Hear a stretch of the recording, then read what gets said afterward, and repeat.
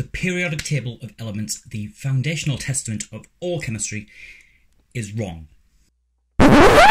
Obviously, it's not wrong. That's just me trying to get your attention. It's more like it's, well, you'll see.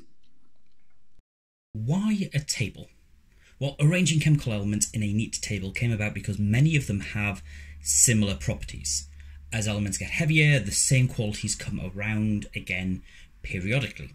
So Dmitry Mendeleev usually gets the credit for the biggest leaps here, as his version not only recognised periodic trends, but used those trends to make predictions about elements that were not yet discovered. He didn't get everything right, and his version took a few decades to become fully accepted, but he successfully predicted the existence of 8 then unknown elements using their periodic nature.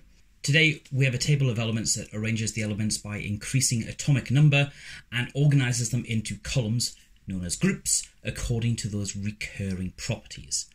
Group 18, on the right side of the table, are the noble gases. These are very unreactive and they don't really form compounds unless you push them into exceptional circumstances. Group 17 are the halogens, fluorine, chlorine, bromine and iodine, and they form very stable singly charged ions, and trends like this continue for each group. Not every element in a column is identical though, there are often big changes. Silicon, for instance, will form 4 bonds, just like carbon, but its size and electronic properties stop it from forming long chains and prevents it taking part in complex organic-like chemistry. One important point is that the table also deeply reflects the electronic structure of atoms. Each similar element in a group has the same number of electrons in their outermost shell of electrons. Those noble gases have full outer shells, and that contributes to their low reactivity. The halogens are only 1 electron short, which is why it's easy for them to gain an extra electron to make an ion. But the first 2 elements, hydrogen and helium, occupy a row of their own.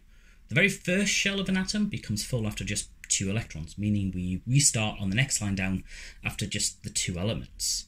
And that raises the issue of what column to align them in, because the next row down, lithium to neon, has 8 members.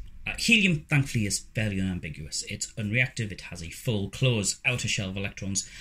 It's very obviously a noble gas, so we put it in group 18, off to the right. But hydrogen, this is the problem. It doesn't really go anywhere. So let's unpack a few options. First, the obvious, route 1, the no-brainer, put it in group 1. This makes some atomic sense. Hydrogen's the first element of its row, with 1 outer electron. It must go in the first position in group 1, where the others also have 1 outer electron. Perfectly logical, except the point of a periodic table is to give us information about these recurring periodic properties of elements. This is how Mendeleev and others began arranging things and then making sense of the properties of elements.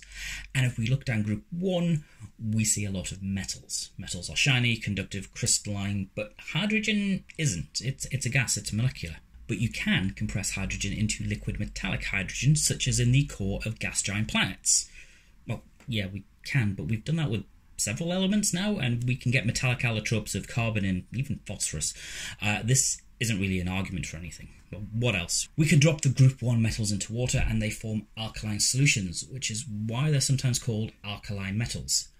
These are the famous school chemistry demonstrations of sodium and potassium reacting with water.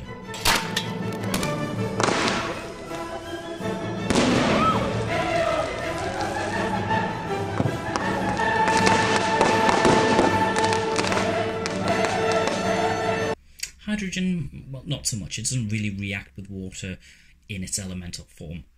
The hydrogen with a +1 charge does look a little like the alkaline metal ions with their +1 charges, but its behaviour and how to make it is very different. The hydrogen ion on its own is also a naked proton. It's a subatomic particle. We can't isolate it chemically. So its stability and its very existence is a very different story to, say, sodium ions. So putting hydrogen here in group 1 looks like it satisfies everything, but it doesn't match any reactivity trend. It looks neat, but it is, in a word, wrong. It's a superficial position at best.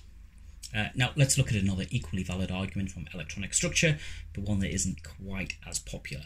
As well as having just 1 electron, hydrogen also happens to need only 1 electron to form a full completed shell of valence electrons. And it can also form negatively charged hydrides, just like those group 7 halogens. It looks a little weird, but I think we're on slightly firmer ground here. Each natural state of the halogens is a diatomic molecule, like hydrogen. Each of them forms one conventional bond, like hydrogen. And really interestingly, if you're into your inorganic and organometallic chemistry, hydride ligands can act very similarly to the halogens. They have the same negative charge for electron counting. They can even bridge between metal centers in bimetallic compounds, just like the halide ligands. So it's not entirely mad to put it here, but it doesn't fit all reactivity. The hydrogen halides are all acidic, while hydrogen hydride is, well, that's just H2. It isn't acidic at all. And hydrogen isn't very electronegative. That's the ability for an element to draw electrons to it, and a key property of halogens is that they do that. This also means that we don't usually see free hydride floating around in solutions the same way we see free halides. So it's an interesting argument to put it in group 17, and I honestly think it's a stronger argument than group 1, but it's by no means perfect. But seeing hydrogen and helium together does suggest another option. Group 1 and 2 for both. Okay, this makes structural sense. Both elements only have s electrons, so they feel quite at home at the top of the s block of the periodic table. Well, yeah, that's going to work, but only structurally. We still have all the problems of claiming hydrogen is an alkali metal when it clearly isn't. And now we've taken an incredibly obvious noble gas candidate and stashed it far away from its very chemically similar cousins, and putting it with other highly reactive metals. So no, that's not going to work. We don't often see this as a serious layout for those reasons. A more popular option is to throw our hands up, not care, and put hydrogen out on its own at the top, not connected to anything. Ignore the problem. But this does break with the idea that we can align elements by properties. Putting hydrogen on its own removes our ability to visually organise and predict properties. It doesn't tell us anything. So it's a solution. You can certainly see it on some older posters of the periodic table, but it's not really recommended by chemists, and I think it's simply gone out of fashion in recent years. Now, these options are all a bit imperfect, but there is another option that not many people are aware of, and it's almost certainly going to make some people very angry, but I've found it very hard to argue against. Order your man to step aside or there will be violence. It's a little out of the box, and you have to approach it from an odd angle to see it, but bear with me for a moment. I choose violence. Group 14, above carbon. Yes, I know what you're thinking. This is madness. This is a stupid position. It's an aesthetic nightmare sticking out like that. It puts hydrogen in the P block, which is silly. But let's build up the argument bit by bit.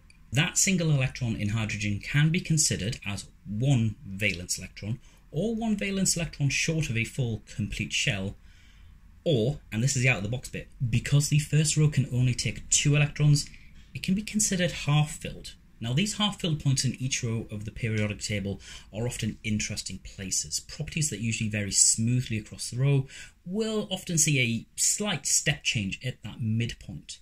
And that half-filled point for the second row would be at carbon, which has 4 electrons out of a possible 8 in its valence shell. So there is an electronic structure rationale. A bit of a stretch, but it is definitely there. But more importantly, let's look at the properties. First, electronegativity, the ability for an atom to draw electrons toward itself. This property helps explain how elements behave, so it's a very important consideration. If you put hydrogen in group 1, the electronegativity sticks out significantly. It's way too electronegative compared to the alkali metals. Shunt it all the way over to group 17, and again it doesn't fit. It's not electronegative enough to be a halogen, which is the problem we saw earlier. But if you look at the numbers, it's pretty close to carbon, almost bang on the trend to be in group 14. This similarity in electronegativity leads to the non-polar nature of the carbon-hydrogen bond. So let's talk some details.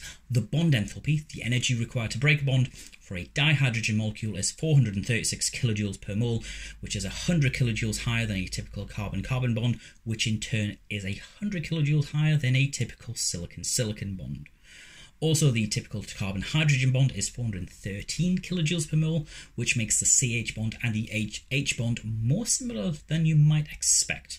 And I should know my PhD thesis rests on the idea that these bonds are similar and react similarly towards the same catalysts.